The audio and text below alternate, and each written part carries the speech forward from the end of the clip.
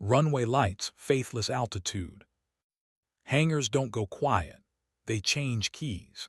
After the last engine spools down and the jet blast stops combing the asphalt, the building hums a note you can feel in your ribs, like a choir rehearsing under its breath.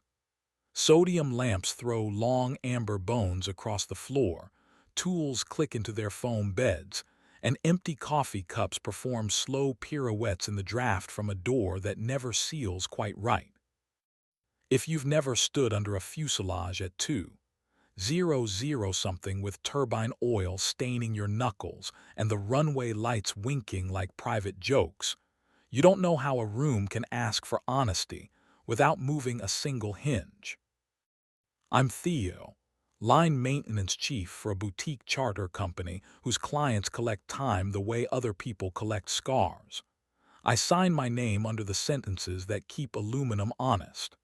My desk is a map of small faiths, torque wrenches that complain if you lie to them, safety wire that remembers every bend you give it, tamper seals that break like promises, a grease pencil that leaves temporary truths on shiny surfaces. The logbooks live in a locked drawer that smells faintly of paper, ink, and the warm breath of liability. My wife once was Ava, events director for the same company, a velvet rope that knew how to become a ribbon when the moment wanted to feel like a gift. She could make a hangar look like a ballroom and a jet look like a vow. We met when a Gulfstream threw a tantrum on a Friday afternoon, and some board member's birthday insisted on becoming a state of emergency. She poured champagne for wolves, and I made the airplane purr like a satisfied cat. At 3 in the morning, when the rich had finally learned the difference between departure and escape, she touched my wrist with 2 fingers, like a flight attendant teaching turbulence to behave, and asked if I ever slept. I told her sleep was a rumor with good PR. We married 2 winters later in a de-iced dawn. The officiant wearing earmuffs and the photographer pretending the fog was a deliberate aesthetic. We kept Tuesdays, the way thieves keep maps folded in their pockets. She'd text me a single airplane emoji, and I'd leave a service door propped with a chalk and a path of work lights on low. The cabin of 7X FLC, the Falcon we never chartered without a private blessing, held a tray of strawberries and chocolate I stole from catering and coffee that forgave. We'd pull the shades and make the sky wait its turn. If this sounds like bragging, I'm laying out the cabin. There's a notch pressed into my lower back from the edge of the galley counter where she once pushed me while the microwave hummed a third that matched her laugh. Somewhere between rib and hip, she wears a comma of a birthmark I could find with my mouth even if the APU sang. She'd whisper, "Give me 10, meaning minutes, meaning mercy, meaning make the world late for us, and I'd spend 9 like a king and keep 1 tucked under my tongue for famine." The first wrong thing wasn't lipstick. It was timing. 00:17 crew door A, open held for 6 seconds. Doors tattle when you make them share. 00:23 auxiliary power unit, spooled to idle for 21 seconds, not long enough to need it, just long enough to suggest a hand that knew where the switches lived.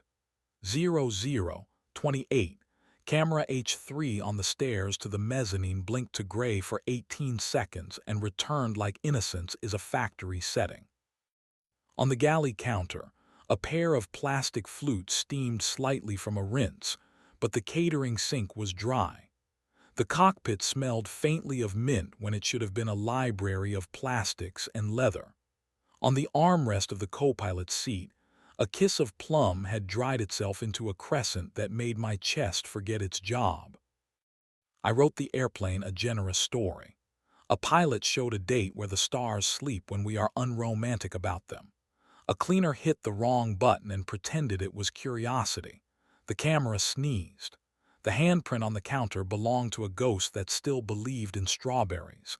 Then Tuesday repeated itself, detail for detail, like a flight plan run through a copier. 00:17:00, 23:00:28. The APU cleared its throat like a guilty baritone. The armrest memorized another mouth. At home, folding towels, she halves, I thirds. Marriage is geometry you practice with your breath.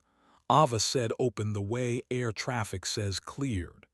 She leaned her hip into the counter with sailor faith in hull and not sea. With rules, she added, and she didn't touch me while she said it. That's how you carry fragile truths, 2 hands visible, voice steady. Us first. No one from the company, no clients. Tell before, not after. Protection always. Our bed is sovereign ground. I wanted to be larger than machines that pretend to be birds.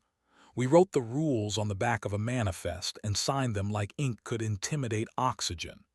2 Tuesdays, we were brave and disciplined as a pre-flight. The third, at 11:06 p.m., her text said client tasting ran late. Don't wait up. And the hangar answered by rehearsing me into a fool. I don't set traps in sanctuaries. I tune rooms until they can't lie. I put a whisper of UV reactive powder, harmless, annoying, under the lip of the crew door handle and in the notch of the APU switch. I rotated the light rheostat in the galley to an irrational angle that only my wrist would recognize in the dark. Hurried hands square things as if virtue were a geometry problem. I taped a hair of monofilament shin-high across the stairs to the mezzanine, not to catch, just to teach a stride it had been seen. I set the inertial reel of the co-pilot's shoulder harness 1 click tighter. A body that tells itself it belongs will loosen what it secretly resents. In the log, a blank page lay patient. If someone wrote, I'd know which pen was brave. 00:17 held 7 seconds. 00:23 whispered the APU awake and killed it fast. 00:28 gray snow on H3 like flour on a guilty cook's shirt.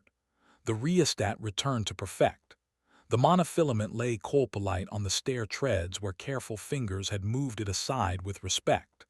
The harness slackened a single click. Under my lamp, stars woke on steel where powder had remembered a wrist. She came in by the staff door with fast hair and a mouth that could carry a script without biting it.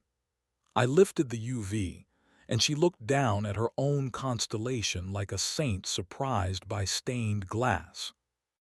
Don't make me the villain, Ava said. Not pleading, just tired of rooms that always want knives. I asked for before, I said. I thought I did, she said, and in her grammar client tasting counted. She had kept tempo. I had demanded melody. He followed with the floating confidence of men who think walls admire them.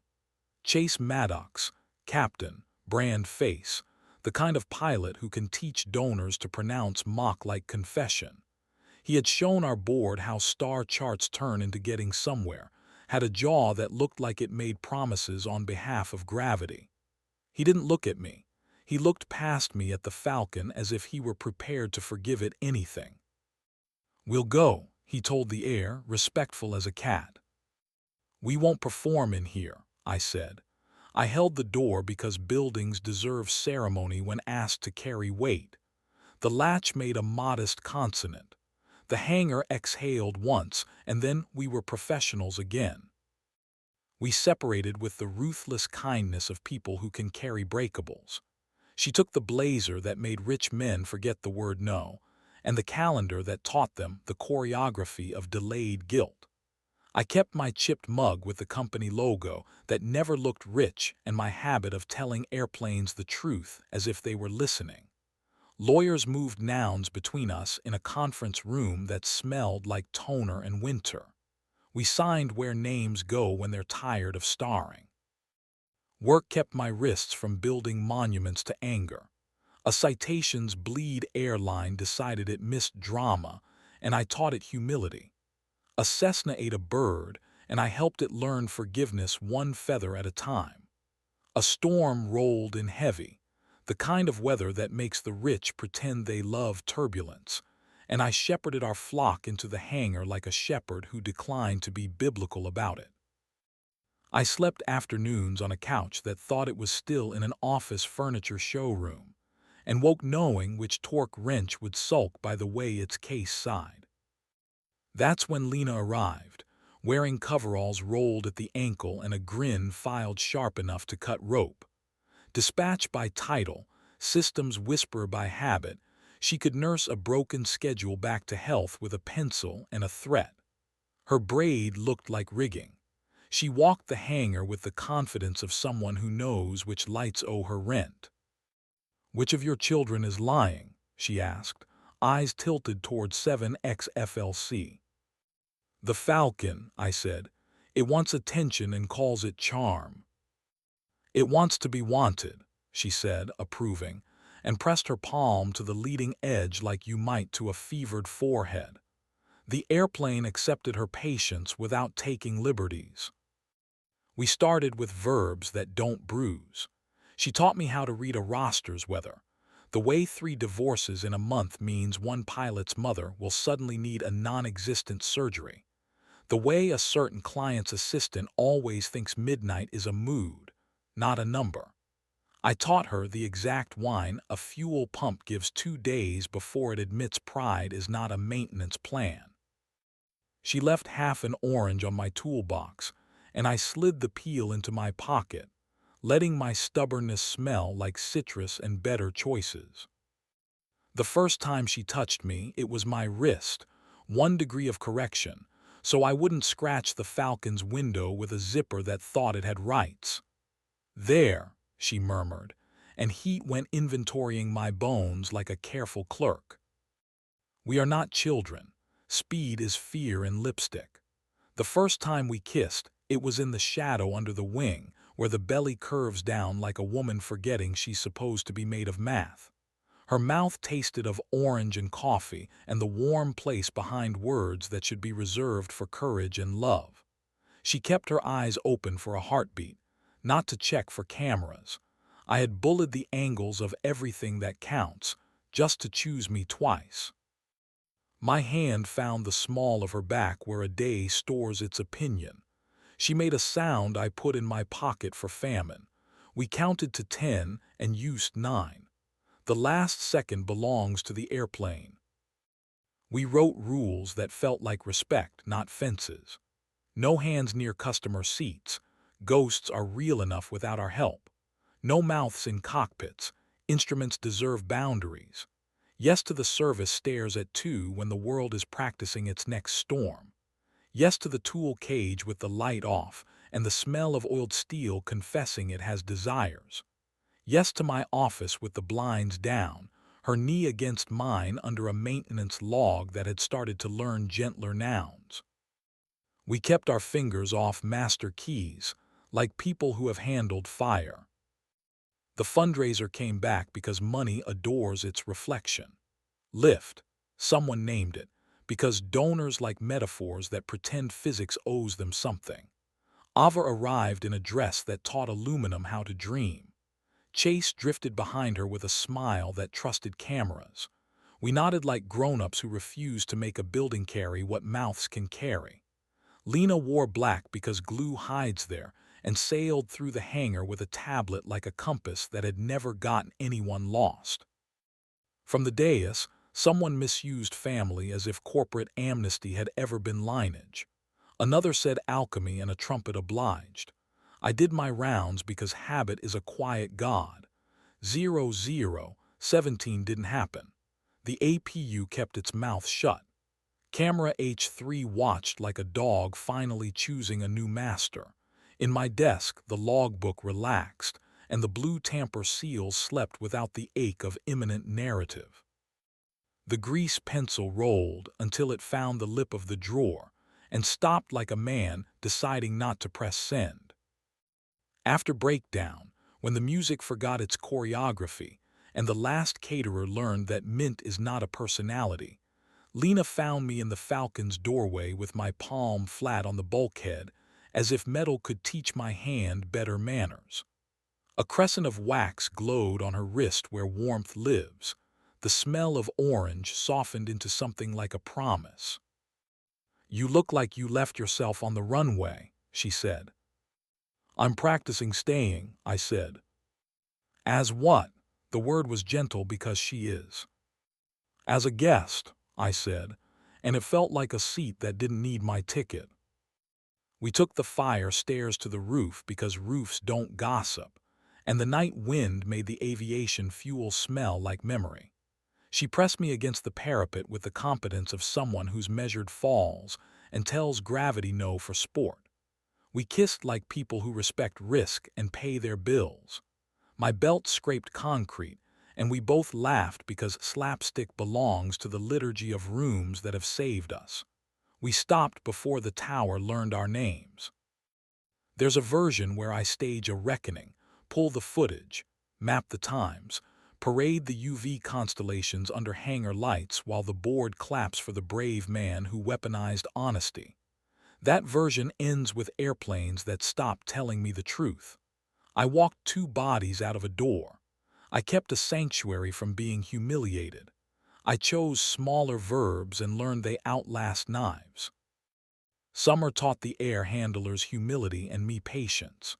The new first officer learned the difference between discretion and secrecy. One is a gift, the other a hobby that gets you fired. A pop star demanded a midnight hop to a city with a curfew written by cowards. We said no and earned the luxury of sleep. Lena taught me that schedules obey torque, not threats, and that I go very quiet 3 breaths before my temper remembers its mouth. I taught her the exact shy little sigh a nose-wheel strut gives before it begs for nitrogen, and how to nap upright in a crew chair without waking angry at your spine. One Tuesday, the crew door chirped out of habit and nobody answered. The APU idea never got past the opening arguments. Camera H3 admired the stairs with the ease of an animal at peace. I laughed into my sleeve. Lena laughed into my collarbone. The hangar pretended not to approve and let us be ordinary for a shift. If you ever wander a private hangar at the hour the world hides behind its second cup of coffee, and a voice tells you not to touch the aluminum because fingerprint oil is forever, that's me pretending I'm only talking about airplanes. If you see a woman in black pause to rest her cheek against a wing for 1 second like prayer, that's Lena telling the room we're its students. You won't see the UV wand unless the room asks for ghosts, and there isn't a gentler way. You won't see the tamper seals unless you already know why punctuation can save lives. I lock the service door and feel the burr under my thumb where 100 stories polish the steel honest. I kill the hangar lights in the order the airplanes prefer, so darkness arrives like a language they remember. The compressors sigh their last consent. Lena steals my final clean minute because she can. I let her because that rule outlived the rest. Tip the night. We walk the painted line with our hands in each other's pockets like we invented warmth. The runway outside eats its reflection again. The Falcon decides to trust us until morning. Hangars don't go quiet, they change keys. They forgive slowly and then all at once when you stop making them host scenes they didn't audition for. We don't have 10 anymore. We take the minutes we can carry and leave the rest in the air where heat shiver keeps them bright. In the morning, a stranger will lean into a window and believe, for a breath, that the sky already loves him. I will try to be as careful with the living. The logbook in my drawer will close with the sound of a sentence refusing to be a period. A semicolon, 2 clauses, joined by a breath the runway taught me to take.